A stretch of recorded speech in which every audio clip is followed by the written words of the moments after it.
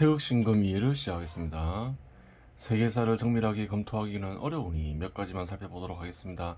유럽의 주요국은 1700년대에 공업화가 진행되고 시장이 급속도로 성장함에 따라 시장 지배 시대 제도로 본격적으로 돌입하고 있음을 알 수 있습니다. 1698년 영국의 T-세이버는 전기를 응축시킬 때 발생하는 기압차를 이용한 펌프를 발명했고 1700년대 초기 T-뉴컴은 J.와트에 의해 전기기관이 발전하게 됩니다. 이후 세계사의 흐름을 보면 1775년 미국의 독립혁명이 발발했고 1789년 프랑스 혁명이 발발합니다. 이후 세계사의 흐름을 보면 민주정치제도가 도입되고 있음을 알 수 있습니다. 1898년 뉴질랜드에서 보통선거가 실시되기 시작하였으며 1928년 영국 역시 보통선거가 보편화되었고 미국의 경우 1920년에 영국의 여성의 선거권이 인정되었고 흑인들의 선거권은 1870년 수정법에서 인정되었으나 1965년에 이르러서야 실질적으로 보장되게 되었습니다. 파악해야 될 점은 뭔가요? 민주정치 제도가 먼저인가요? 시장 지배 시대 제도가 먼저인가요? 시장 지배 시대 제도가 먼저이죠. 선두를 잘 봐야 되는 거예요. 손으로 잘 보라고 하는 얘기는 원인과 결과가 있겠죠. 물론 원인이 먼저 있겠죠. 시장 지배 시대 제도 시장 지배 시대 제도의 도래가 원인이 되어 민주정치 제도가 생긴다는 거예요. 그전에는 민주정치 제도를 찾아보기 어렵죠. 민주주의 정치도 찾아보기 어려워요. 그전에는 어땠나요? 대부분 왕을 중심으로 한 신분제도였죠. 그래요. 그래서 이러한 사실을 아는 이들은 참된 민주주의자는 뭐라고 얘기를 하나요? 시장과 기업을 발전시켜라 얘기하는 거예요. 왜? 시장 지배 시대 제도가 민주정치 제도를 초래했다는 걸 알기 때문이에요. 그런데 민주주의자라고 주장하면서 시장과 기업을 부정적으로 얘기하고 제한하거나 파괴하려는 이들은 뭔가요? 특별한 이유 없이. 아무리 민주주의자라고 주장하고 민주주의를 추구하는 집단이라고 얘기를 해도 민주주의자도가 아니라는 거예요. 민주당이라고 이름 붙여도 민주당이 아니라는 거예요. 민주주의를 추구하는 정당이 아니라는 거예요. 왜? 시장 지배 시대 제도가 탄생시킨 게 민주정치 제도이기 때문에 그러한 거예요. 그러한 자들은 사회비 민주주의자, 가짜 민주주의자죠. 공산주의자나 사회주의자도 민주주의를 주장하잖아요. 하지만 민주정치 제도가 도입되지 않잖아요. 그래요. 여기서 선천적인 흐름의 형식이 발견됩니다. 정치 영역이 강력한 통치가 완화되고 있음을 알 수 있습니다. 즉 시장의 발전은 민주정치 제도를 실현시키는 바탕이 되고 있음을 알 수 있습니다. 그렇죠. 또 한 가지 눈여겨볼 선천적인 흐름이 있는데 시장 질서가 국경을 넘어 확장되는 과정에서 국가 간 경제 구조가 유사성을 띈다는 사실입니다. 그렇죠. 같은 시장 지배 시대 제도를 도입하면 비슷해지겠죠. 한국이 농업국가에서 공업국가로 변모하며 일본과 경제 구조가 유사해지고 중국 역시 시장 질서로 편입함과 동시에 공업국가로 변모해가며 한국의 경제 구조와 점점 유사성을 띠게 된다는 사실입니다. 이러한 부분을 구체적으로 알기 위해서는 자본이 발전하는 과정에서 생산되는 생산물의 종류의 변화며 생산물의 양과 가치를 분석하고 종류별 생산물을 생산하는 데 참여하는 인구수 및 인구수의 변이를 분석하면 구체적으로 알 수 있는데 그러한 작업은 방대한 시간과 노력을 필요로 하므로 여기서는 간단히 농업 종사자 수 및 농업 종사자 수의 변동 및 전체 인구수의 변동을 살펴보는 것으로 마무리 짓도록 하겠습니다. 대략적으로 살펴보겠다는 거죠. 자세히 쓰려면 나라별로 어마어마한 분량이 되겠죠. 다 조사해서 쓰려면 한국은 어떤가요? 1980년에 농업 종사자가 664만 명이죠. 그런데 2005년에 보면 300만 명으로 줄죠. 절반 이상 감소하죠. 인구는 어떤가요? 3,800만에서 4,800만으로 증가하잖아요. 그래요. 그러면 농업과 관련된 직업 수는 감소하지만 인구는 증가했다. 더 많은 직업들이 생겼다는 거죠. 다른 산업 분야에서. 일본, 미국, 독일 다 마찬가지죠. 한국과 유사하죠. 중국만 약간 특이하죠. 농업 인구가 인구와 농업 인구가 다 증가하죠. 1995년까지 보면 4억에서 한 5억으로 증가하죠. 농업 인구가 인구는 한 10억에서 12억으로 증가하고 2005년 되면 인구는 증가하지만 농업 인구는 정체되어 있죠. 그래요. 시장과 민간 기업을 발전시켜야겠다는 노력을 훨씬 뒤늦게 시작해서 그런 거죠. 중국을 제외하고 자본의 발전이 심화됨에 따라서 인구는 증가하지만 반대로 농업 종사자 수는 큰 폭으로 감소하고 있음을 알 수 있습니다. 원인은 생산성의 상승으로 인해 물적 토지에 해당하는 인구 수의 감소나 농산물이 전체가 차지하는 비중의 감소를 볼 수 있는데 여기서 자세한 원인을 분석하지는 않습니다. 이것도 자세히 분석하려면 조사해서 분석하려면 방대한 분량이 되겠죠. 중국의 경우 1995년 이후에는 인구수가 증가함에도 불구하고 농업 종사자 수의 변동이 없음을 알 수 있습니다. 중국은 오랜 기간 시장 질서와 자본의 발전을 회피하였고, 기피하였고, 그렇죠. 기피하였고, 실제로 중국에서 자본이 본격적으로 성장한 것은 2000년대 이후이기에 다른 향상을 띠는 수치가 나온 것입니다. 참고로 2000년에 중국의 국민 총소득은 대략 한 1조 달러 되죠. 1조 달러였고 한국은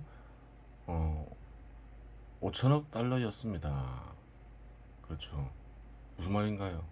국민 총소득이 중국이 2배 정도 많지만 인구수를 고려하면 어떤가요? 인구는 거의 한 26배 많죠. 사회 구성원 중국의 사회 구성원 삶은 한국 사회 구성원 삶보다 훨씬 열악했던 것이죠. 그래요.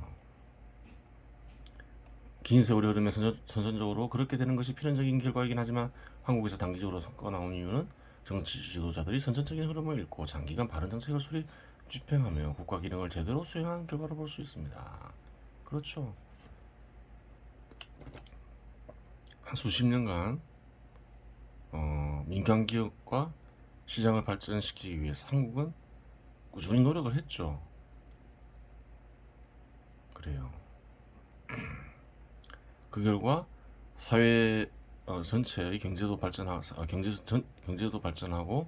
사회 구성원들 삶도 과거에 비하면 훨씬 풍요로워졌죠. 예전에는 수십 년 전에는 굶어 죽는 이들이 많았죠. 그래서 보릿고개란 말도 있었잖아요. 선천적인 흐름에 대해서 이 정도만 살펴보아도 궁금한 부분들이 해결됩니다. 민주정치 제도의 도입은 다수 국민들을 형성하고 있는 근로자의 삶의 질을 개선시켜야 하고 이는 임금 상승과 이어질 수 있습니다. 이렇게 그래요. 이어질 수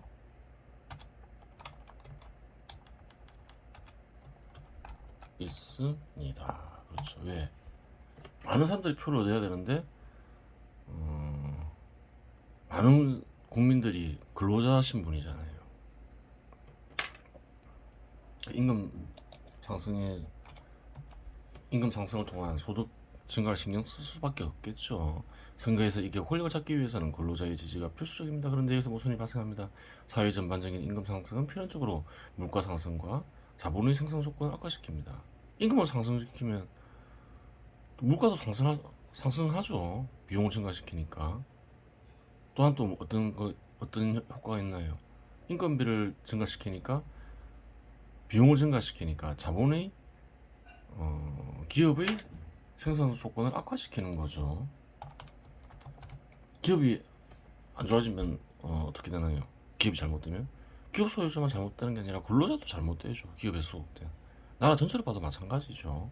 하지만 임금이 상승하더라도 임금 상승률이 물가 상승률을 따라가지 못하면 오히려 삶은 더욱 악화된다는 사실입니다.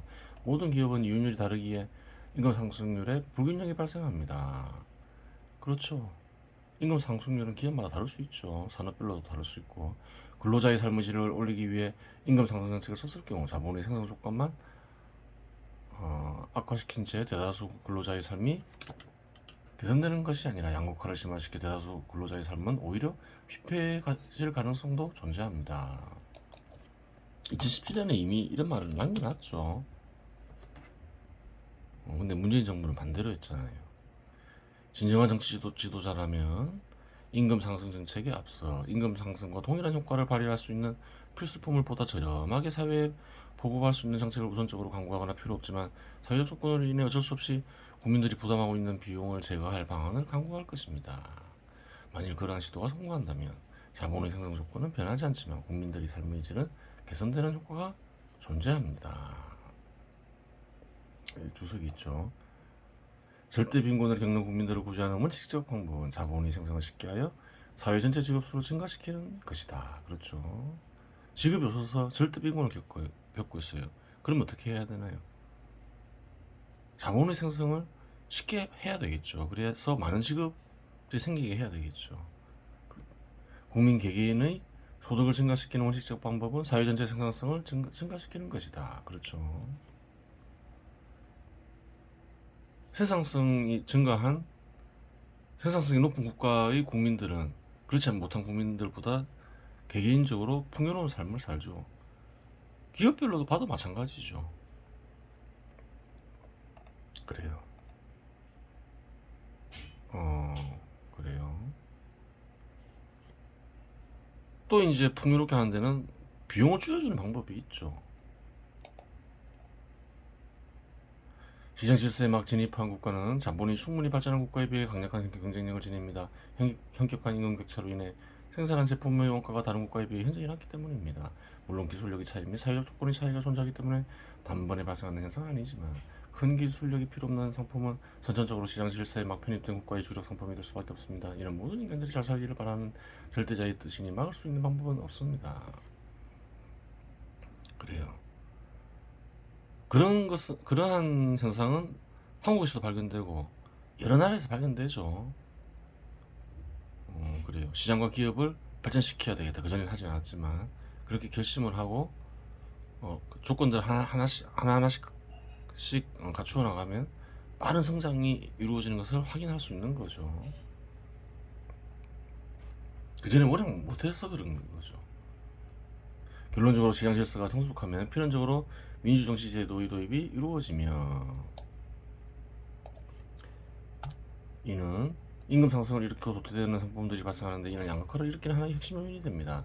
즉 시장 질서의 성숙은 필연적으로 내부 외환을 일으킵니다.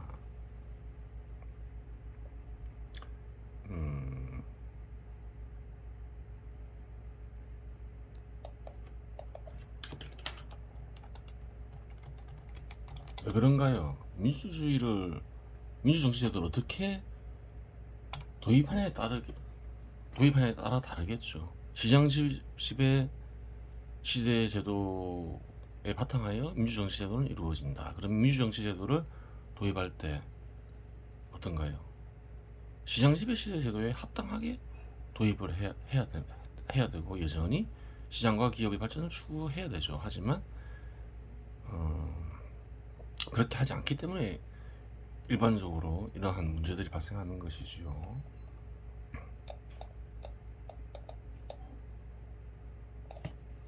한국을 예로 들면 중국의 시장 질서 시장에 편입되고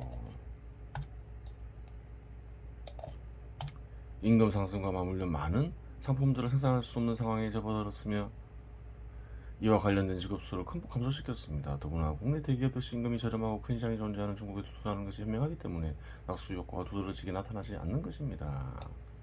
그렇죠.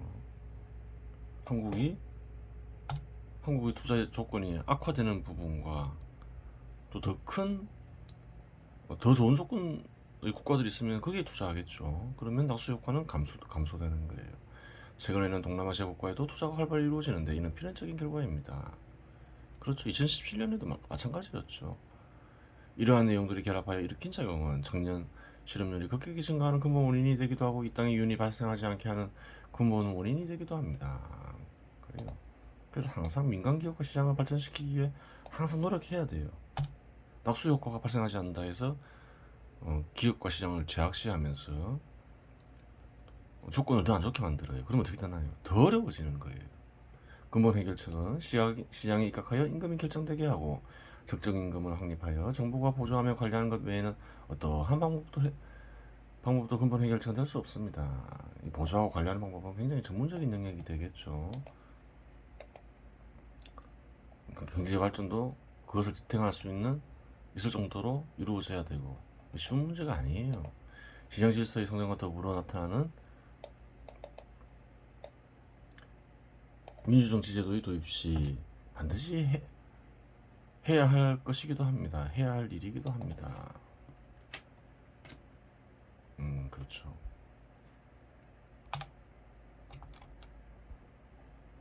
이는 초기 도입이 힘들지라도 임금 상승을 억제하여 준비할 수 있는 기간을 제공하여 부작용을 최소화할 수 있는 것입니다. 하지만 기본적으로 선천적인 흐름을 막을 수는 없으니 지속적 발전을 위해서는 생산성 증가를 위한 혁신도 병행해야 하는 것입니다.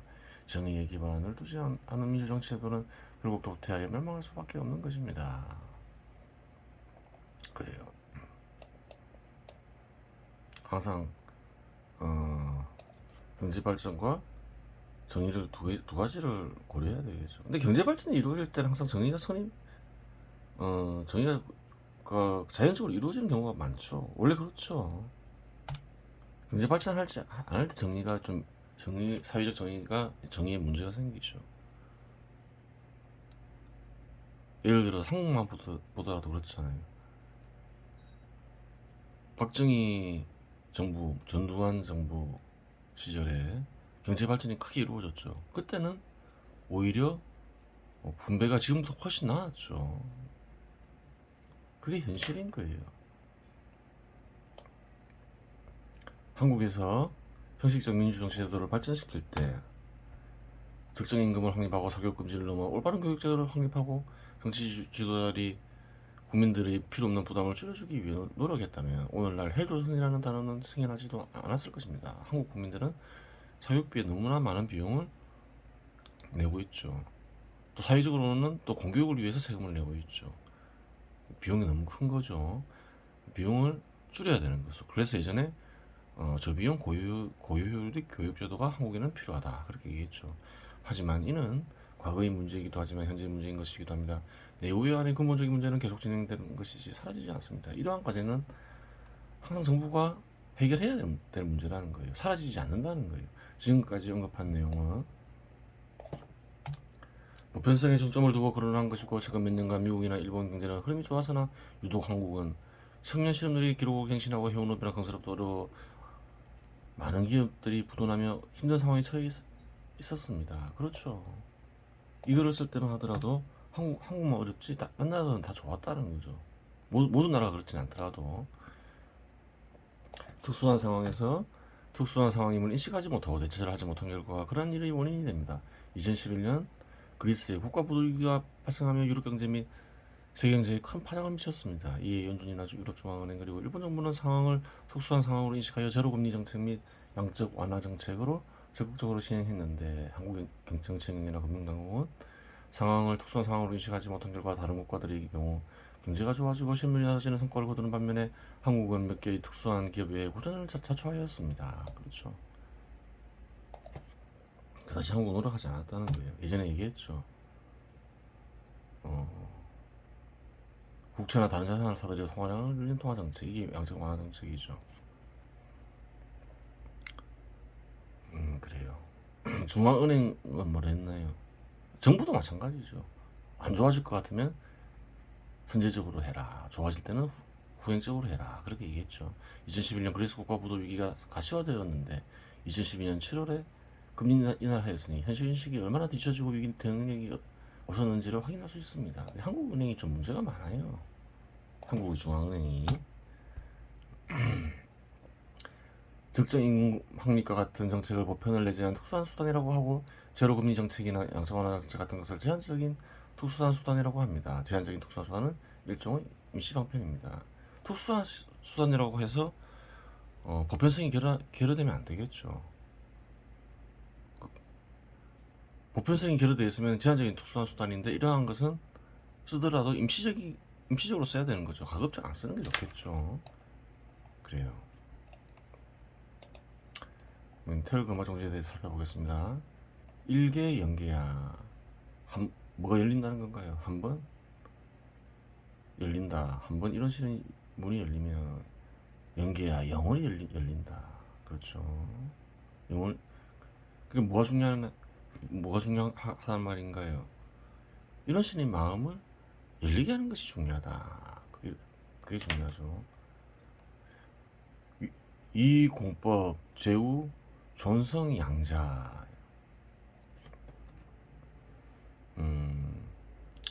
한번 열리는 것이니 열리게 해야 되는데 어떤 방법이 중요하느냐. 공부법에서 중요한 것은 종과 성에 있다. 이렇게 얘기하는 거죠. 종과 성에 있다. 종은 뜻이 뭔가요? 있다, 보존하다, 모으다, 맡기다. 성은 정성, 성가다, 자세하다. 여기서는 보존하다에 해당하겠죠. 종은 보존해라, 정성을 다해라. 보존하고 정성을 다해라. 그럼 무엇을 보존하고 무엇을 정성을 다해야 되는지 알아야 되잖아요. 이런 신의 마음이 드러나기 위해서는 우선 이런 신의 뜻이 드러나야 되겠죠. 이런 신이 마음에 드러나 이런 신의 뜻을 보존하는 거죠. 기억해둔 방법이 있고, 요즘은 이제 많이 좋아졌다 했죠. 글로 남길 수도 있고 동영상으로 남길 수도 있고. 정성을 다하라 이 말은 뭔가요? 그래요. 절대자의 뜻을 드러나게 하는 일을 다하라. 항상 노력을 해라. 지속적으로 해라. 이 말이겠죠. 무엇의 바탕에서? 보존이 중요하겠으니까. 마음에 드러난 뜻에 바탕하여. 그렇게 되는 거예요.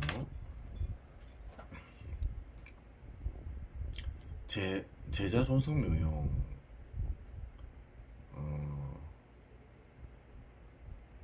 그 모든 이들에게 이제 그래요. 해당되는 묘용이겠죠. 존성을 할 경우에. 그 뭐가 있는 묘용에는 상유열 중 첩결. 묘용에는 비결 중에서도 비결이 된다. 첩은 이제 지름길 빠른 뭐 이런 거죠. 빠른 첩경이 된다. 존성을 하게 되면 빠른 첩경이 된다. 보존하면서 그래요.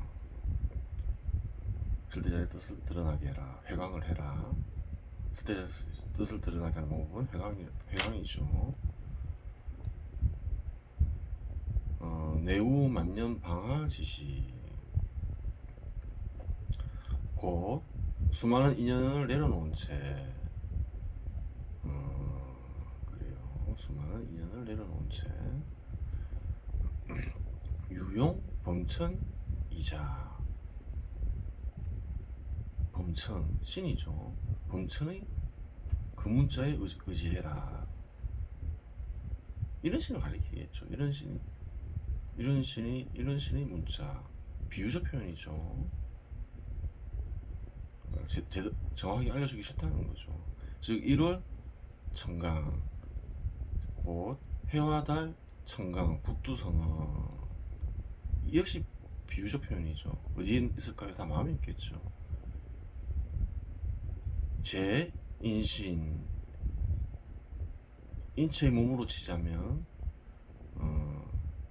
좌목 왼쪽 눈이 되고, 우목 오른쪽 눈이 되고, 더불어 미간에 있는 미간 중심으로도 심자는 중심이라는 뜻도 있고 마음이라는 뜻도 있죠. 미간이 중심이 된다. 그러면 해와 달은 왼쪽 눈이고 오른쪽 눈인가? 이렇게 풀이될 수 있잖아요. 근데 문제는 뭐냐면 전부 다 비유적 표현이라는 거예요. 정답은 안 가르쳐주고 있다. 그렇게 이해하죠. 정답은 뭔가요? 1. 표상의 세계, 마음이 있는 표상의 세계. 월. 관념의 세계, 언어로 된 관념의 세계. 청강은 뭘까요? 그런 것들을 이렇게 하는 이런 식의 마음이 되는 거예요. 그럼 왜 이렇게 썼느냐? 왜 자목, 우목, 미심이라 했냐?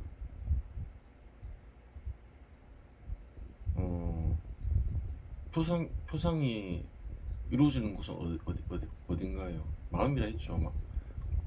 눈앞에서 이루어지는 것 같죠. 얼굴에서 이루어지는 것 같죠. 관념 의식에도 마찬가지죠. 얼굴 앞에서 이루어지는 것 같죠. 청강 이루어지는 마음도 마음이 있으니까 얼굴 앞에서 이루어지는 것 같죠. 그래서 이렇게 그냥 상징적으로 표현한 것뿐이 정답은 얘기 안 해주고 있죠. 참뜻을 보겠습니다. 이런 신의 마음은 한 번 드러나면 사라지지 않는다. 따라서 드러나게 하는 것이 중요한데 드러나게 하는 묘한 방법이 있다. 그 비법은 회광에 따라 드러난 생각을 보존하는 일과 보존한 생각을 바탕으로 정성을 다해 회광을 지속적으로 하는 것이다. 즉 마음에 있는 표성으로 이루어진 세상과 관념으로 이루어진 세상, 그런 세상들이 있게 하는 표성도 없고 관념도 없는 이런 신의 마음을 이용하는 것이다. 그렇게 되는 거예요. 이번 시간에서 마치겠습니다.